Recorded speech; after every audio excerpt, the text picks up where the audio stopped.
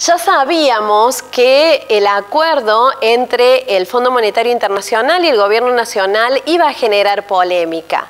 Lo que ahora nos preguntamos todos es, ¿fue malo? ¿Fue bueno? ¿Podría haber sido mejor?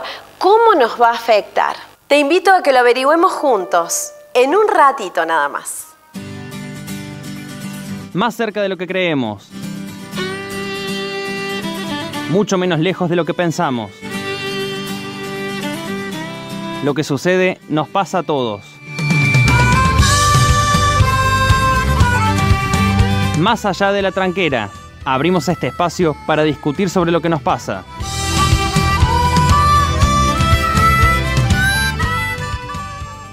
Se trata de un acuerdo que todavía no está refrendado por el Congreso, así que nada está dicho del todo. Pero para averiguar lo que más nos interesa, que es cómo nos va a afectar a nosotros este acuerdo en el caso de recibir el apoyo que necesita, para eso hablamos con David Miazo, quien es economista en jefe de FADA, y esto nos dijo. Señor productor, utilice la Yocal MG3500 de Agrofarma para prevenir las pérdidas por hipomagnesemia en su rodeo. Producto con alta concentración de magnesio, además de calcio, fósforo, oligoelementos y aminoácidos. Una solución de laboratorio Agrofarma.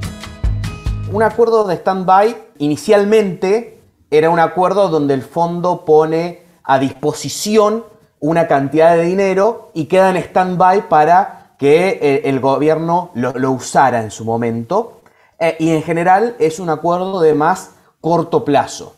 Después hay acuerdos de facilidades extendidas, que son acuerdos ya que probablemente alcanzan a 5 o 10 años, donde ya se habla eventualmente de reformas estructurales, de un periodo largo de repago de los fondos.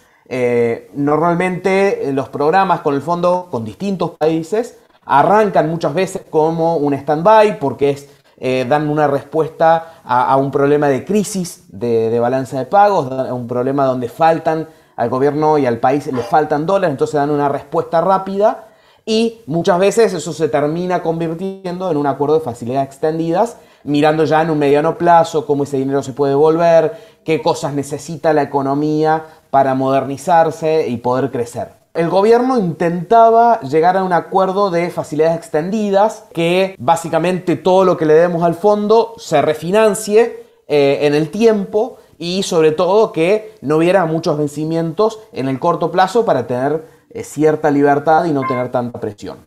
Todavía no está claro si ese va a ser el camino, pero por lo que fue trascendiendo no sería un acuerdo de facilidades extendidas, sino que básicamente el fondo de manera trimestral enviaría a sus economistas al país para que hagan una revisión, hemos escuchado la palabra revisión, hagan una revisión de si Argentina está cumpliendo con las metas propuestas, y si cumple, el fondo le da a Argentina el dinero para que pague los vencimientos que tiene con el fondo bajo el programa anterior. Este año vencen unos 19.000 millones de dólares y el año que viene unos 15.000 millones de dólares. Estos vencimientos van a seguir estando y el Fondo Monetario lo que va a ir haciendo es entregarle a Argentina el dinero contablemente unos días antes de esos vencimientos para que lo pague, y ahí sí, a ese nuevo dinero lo va a ir pagando en el tiempo. El gobierno claramente no quería esto inicialmente en las negociaciones porque le pone mucha presión en cumplir las metas. Si no se cumplen las metas y esos desembolsos no se hacen, rápidamente se entra en un default. Pero probablemente el fondo, considerando que Argentina es un incumplidor serial de sus obligaciones, de sus deudas, ha preferido tener esta opción donde cada 3 meses manda la revisión y se va aprobando la continuidad del acuerdo. Tenemos dos partes. Una es que de no lograrse un acuerdo, realmente se iba a poner muy complicado el tema del tipo de cambio, la devaluación. Eso significa que todos los argentinos se nos ve deteriorados nuestros ingresos y nuestro poder de compra, de mínima. Significaba no llegar a un acuerdo Entonces, en ese sentido, el acuerdo no es que necesariamente mejora eso, sino que evitó que empeorara. Y el segundo aspecto, que es las metas que se piden, como la que estabas mencionando, reducir el déficit, y que una parte importante de esa reducción de déficit va a ir vía reducción de subsidios, era algo que había que hacer de igual manera, porque hoy todos los subsidios se están pagando con emisión monetaria. Entonces, lo que nos ahorramos de pagar la luz y el gas, después lo perdemos porque todos nuestros ingresos pierden poder adquisitivo porque hay inflación. Si se estuviera financiando de otro lado, lo podríamos discutir. Pero hoy, todo lo que no pagamos las personas de gas, electricidad y transporte, principalmente en el AMBA, lo paga el Estado. No es que no lo paga nadie, lo paga el Estado. Y el Estado lo paga con pesos que recién está emitiendo. Entonces, esos pesos están generando inflación del otro lado. Entonces, lo que no pagamos de gas, lo pagamos en el kilo de tomate, en el kilo de carne y ahora en unos meses en el litro de nafta, que también ha estado congelada, pero lo vamos a terminar pagando en el litro de nafta también. Entonces, te diría, hasta una ilusión lo que está tratando de hacer o lo que venía tratando de hacer el gobierno con esta cantidad de subsidios, porque por un lado, sí, no pagas más, pero por otro lado te sube de precios todo el resto de las cosas que consumimos. Con o sin fondo son medidas que se debían tomar. El fondo le metió presión para que se tomen, le genera una especie de garantía, porque si no se van cumpliendo se cae el acuerdo, pero eran cosas que Argentina tarde o temprano debía hacer. Todos los gobiernos, todos los sectores políticos tratan de postergar lo más posible este tipo de decisiones, porque obviamente a cualquier argentino que un día está pagando 1.000 pesos de luz, paga pasar 2.000, le duele, le molesta, no lo quiere hacer, sobre todo llega en un momento que los bolsillos ya están flacos y eso genera costo político. Pero en algún momento este tipo de medidas se tienen que hacer si queremos ir tratando de normalizar la economía y salir de esta crisis en la que ya llevamos 10 años.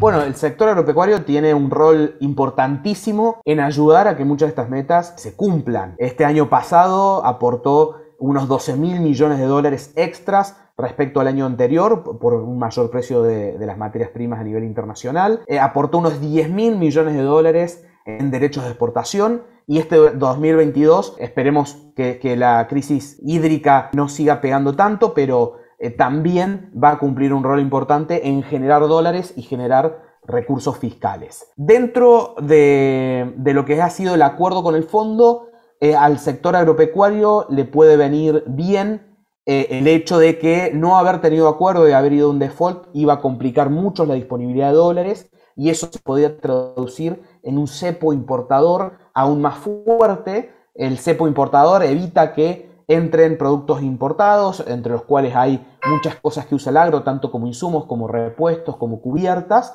y que al no entrar se encarecen. Esto es algo que ya viene pasando, pero sin haber logrado un acuerdo se iba a intensificar mucho más y esta situación iba a empeorar. Ahora no lo va a hacer. Muy probablemente también forme parte del acuerdo no seguir atrasando el dólar oficial. Un atraso del dólar oficial respecto a la inflación le genera a todas las actividades exportadoras del campo y a todas las otras actividades una pérdida de poder de competitividad cambiaria. Si eso deja de suceder, también va a ser algo positivo. Y algunas cuestiones negativas que no se derivan específicamente del acuerdo, pero que van a seguir sucediendo son algo que vos mencionaste recién, los acuerdos, los controles de precios que afectan a muchas de las cadenas agropecuarias porque son alimentos y algunas restricciones a las exportaciones en el mismo sentido de tratar de contener los precios o los famosos fideicomisos que ahora se está por renovar el de los aceites y se sigue hablando del de trigo y maíz, que son todas cosas que redundan en un menor ingreso para los productores agropecuarios por lo que producen y complicaciones a las agroindustrias, a los frigoríficos en el caso de la carne, a los molinos harineros, etcétera, con las distintas medidas. El productor agroinsumos, semillas, agroquímicos, biológicos, silobolsas. Distribuidor oficial AGESID. El productor. El valor de un compromiso.